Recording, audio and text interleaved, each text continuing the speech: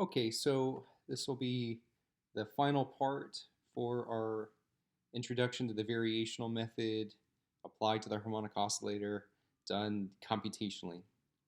So up to now, we've built this machinery to hopefully calculate the kinetic energy functional of a trial wave function and the potential energy functional of a trial wave function.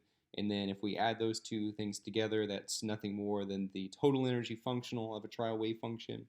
So now what we want to do is we want to do that computation for a whole range of different alpha values, where alpha is our variational parameter, and we'd like to find the minimum in the total energy with respect to alpha. Okay, so so I haven't done too much to the code except for just add some comments in to set some things up, and I added one little extra function that I'll walk you through in a minute to find the minimum. But basically, our goal is going to be, as I said, to loop through these functional calculations for various trial wave functions, where each trial wave function is just different than its in its value of alpha. So let's just do the following. Let's create a bunch of arrays, and I'll make each of these have 20 entries. So that means we'll try 20. We'll have an alpha array called which is 20 entries long. That means that ultimately we'll try 20 different values of alpha. Then we'll have correspondingly 20 different values of the total energy, 20 different values of the kinetic energy, and 20 different values of the potential energy. And I'm going to do something else that's a little silly, but this will be used. You'll see why I'm going to do it. I'm going to create another array called EG that's going to have 20 different entries, and this is going to store the true ground state energy, which of course is just a number, but we'll basically store it 20 times so that we can plot it along with the variational total energy, the variational kinetic, and the variational potential energy, just because it'll be a useful bound for us. Okay, so those are our arrays. Then I have this loop set up.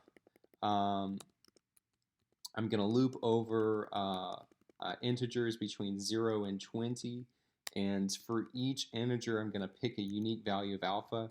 So I kind of had to play around with this a little bit just so that everything worked out to be kind of in range. What I mean by in range is when you actually plot the energy over the full range of alpha, it's not like the minimum is so much smaller than the maximum that you can't really see where anything is. So that's kind of why I have this loop preset up, because I wouldn't just immediately remember, that this is the right range. But anyway, we're going to start with a value of alpha which is equal to 3 times 0.5. 0.05, and we're going to increase by increments of 0.05, and it's going to take us through the actual minimum value of alpha, which is going to work out to be 0.5, as we'll see, and then also go beyond it. So, all right, remember we've got a function called t functional, v functional, which is going to need a trial wave function. And how do we get our trial wave function? Well, we've got our function trial wave. So basically, after we get a new alpha, right, we just need to get a new trial equals trial wave alpha dA, and then we need to give it an array of x values, which is called x. Okay, so this is going to evaluate our trial wave function. Then once we have our trial wave function, we can do our t functional and v functional.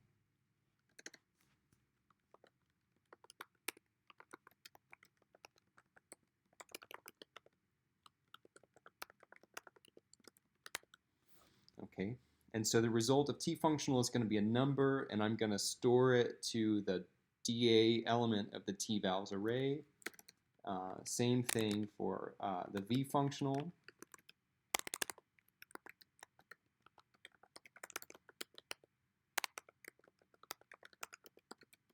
just need to give v functional, my trial wave function, an array of x values, and it's going to return a number, and I'm going to store that in the v-vals array.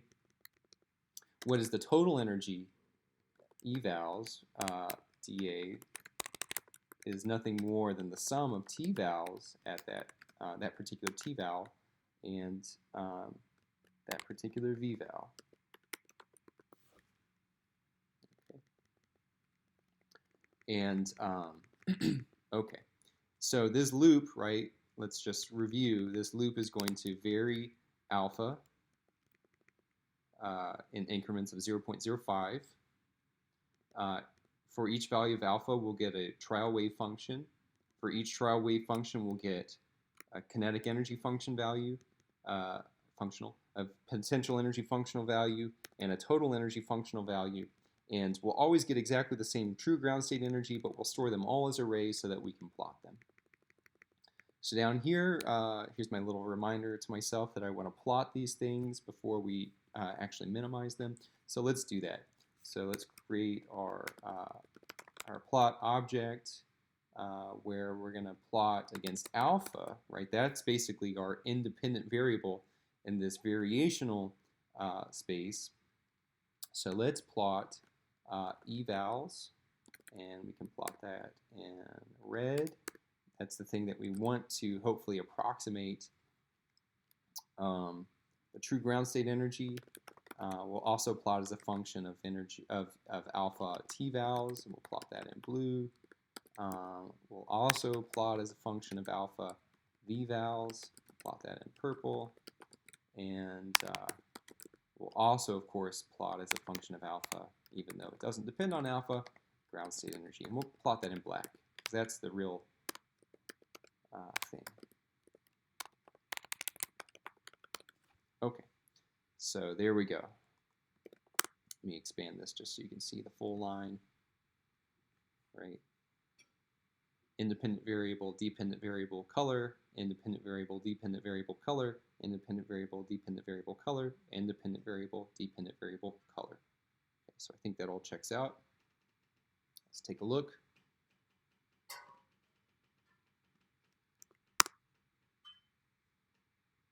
Okay, there we have it. So we've got our total energy as a function of alpha in red, right? This is the total energy functional. This is in blue, the kinetic energy functional. This is in purple, the potential energy functional. And then this is in black, the actual ground state energy. And so what you can see is where does total energy hit its minimum? It's when alpha is equal to 0.5. At alpha equals 0.5, the energy functional is 0.5, which happens to be exactly equal to the ground state energy.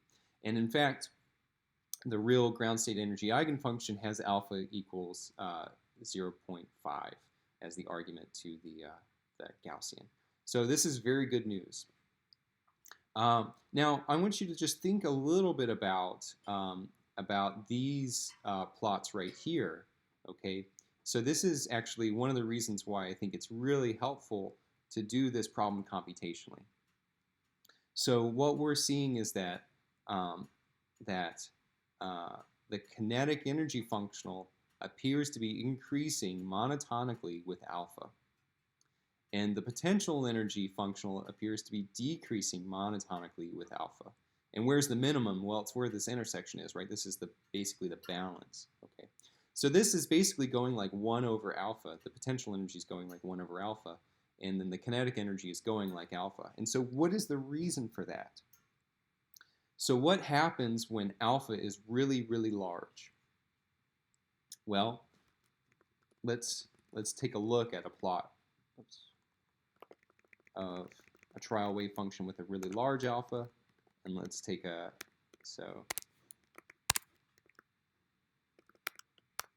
large LA, make this equal to, I don't know, 3, and then we'll do phi trial SA.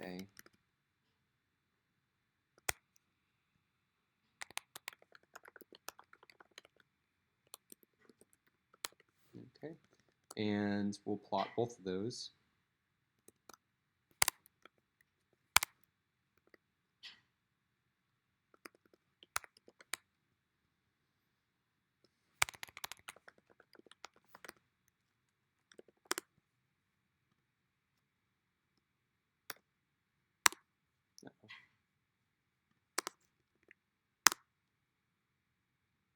Okay, so in red I've got my large alpha, in blue I've got my small alpha. Okay, and then can I remind myself, can I plot both these things at the same time? That would be the helpful thing to do. If not, we'll just have to toggle back and forth.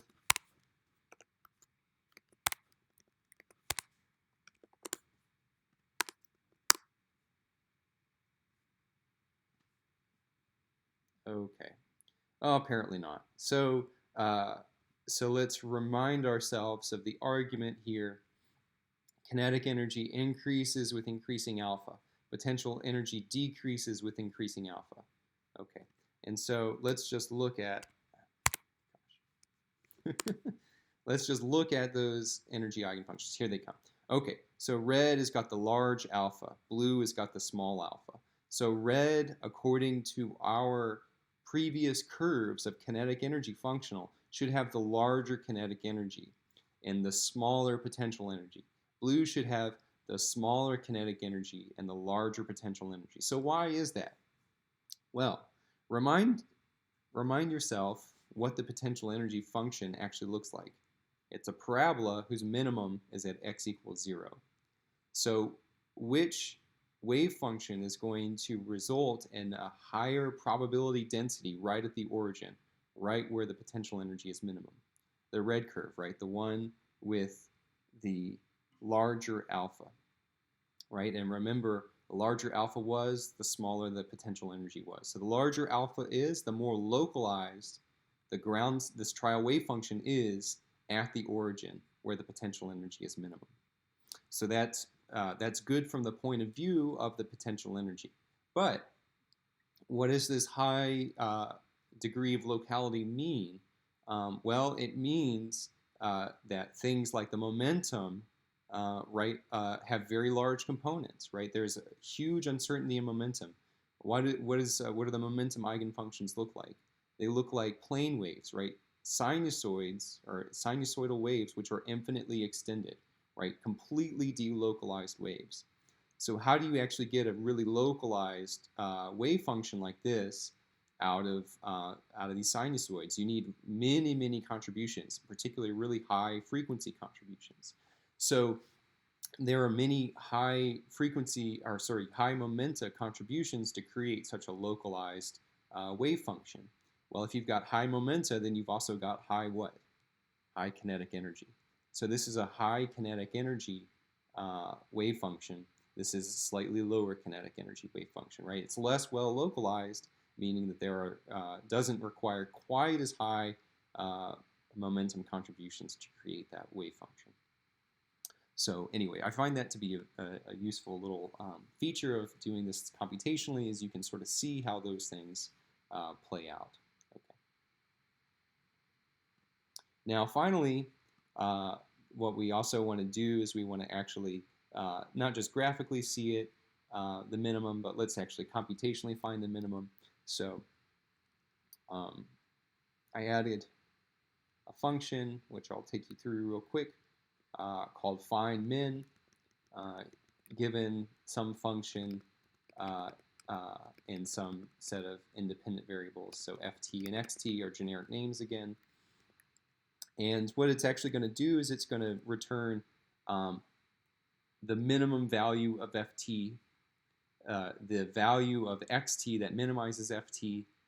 It's going to return the index of because these are arrays, remember, of function values. So the index corresponding to that minimum value, and it's also going to return the gradient. And of course, the sort of calculus idea is that a minimum in a function will have a 0 in the gradient. And if you're really a calculus connoisseur, you'll remind me that if I want to guarantee it's a minimum, I should actually do one further and take the second derivative and make sure that the second derivative is a positive number, and then that will guarantee that I have a minimum. I'm not going to go that route, although you could, and I encourage you to do it. Because remember, we've already taken a second derivative in this code. We just have to call our df/dx thing twice. But I'm only going to take the first derivative. So I'm going to pass my function here and my independent variables here. And so for our purposes, we're going to pass the array evals here and the array alpha here, because we want to find the minimum of evals with respect to alpha. Okay. So first I'm going to take the derivative of my function with respect to its independent variables and store that as a new array called ftp. And then I'm just going to, these are the values that I'm going to try to find. So I'm going to start out by initializing some minimum gradient value to be some large number. And this is the only sort of initialized value that really matters. And then I'm going to initialize minimum position. That's going to be the x value that minimizes the function. The min IDEX, that's going to be the index of that element of the array, and then the actual minimum function value. I'm going to just initialize all those things to be 0, but it actually doesn't really matter what you choose. Only thing that does matter is that you're actually going to be looking for some small value in your FTP array. That's the array of gradient, or the array of derivative values. And so you want to start, you want to initialize the minimum gradient value to be some large number, so that you actually have a chance of finding a value which is smaller than it in the list. Okay. And there's a good chance I'm going to have both positive and negative values of the derivative in my array of derivative values, and I really care about the one that is, whose absolute magnitude is closest to 0. Right? That's the one that I'm going to associate with the true minimum in its corresponding function. And so I'm going to take actually the absolute value of each element of my derivative array and ask if it's smaller than this number mingrad. If it is smaller than mingrad, then mingrad has a new definition, right? Mingrad is now that value of the derivative, and then minimum position is the x value that corresponds. Min value is the function value that corresponds, and min IDEX is the IDEX that corresponds. So we'll do that for every element of our array of derivative values, and then we'll find whichever one is the actual minimum in that whole list, and we'll store them to elements of this array, and we'll return that array. So basically we're going to return an array that's got these 4 values. The minimum value of the derivative, some number hopefully pretty close to 0, the minimum x value, the minimum function value, and then the IDEX that corresponds, the index that corresponds. Sorry. Okay, so this function is called findmin, and it takes the function and its independent variables.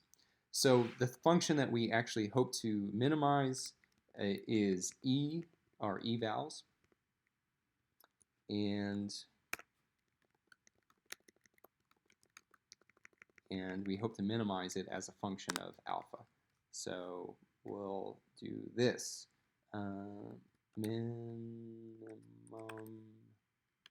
array is equal to find min evals alpha. Okay, and then print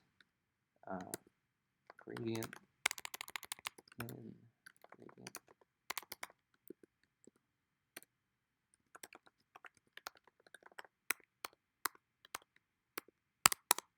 Print min.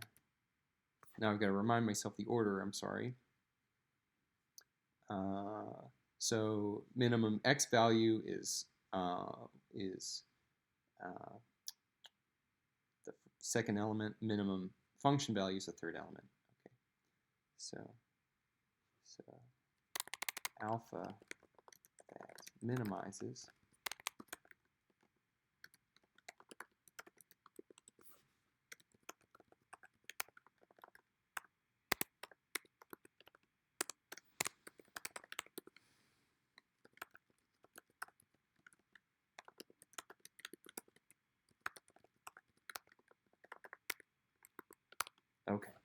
So we'll see how this works out. And then print true ground state energy is. And remember, EG is an array of the minimum of the true ground state energy values.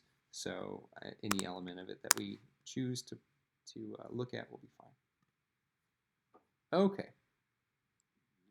So here is what we have. Minimum gradient, 0.02. Alpha that minimizes evals is 0.5. Minimum eval is 0.5. True ground state energy is 0.5. So have we done what we set out to do? Yes, we have. We found the value of alpha for this trial wave function, which minimizes the energy functional for the harmonic oscillator. We found that minimum value of alpha to be 0.5, and the energy functional came out to be 0.5 natural units of energy, which perfectly matched the true ground state of the harmonic oscillator.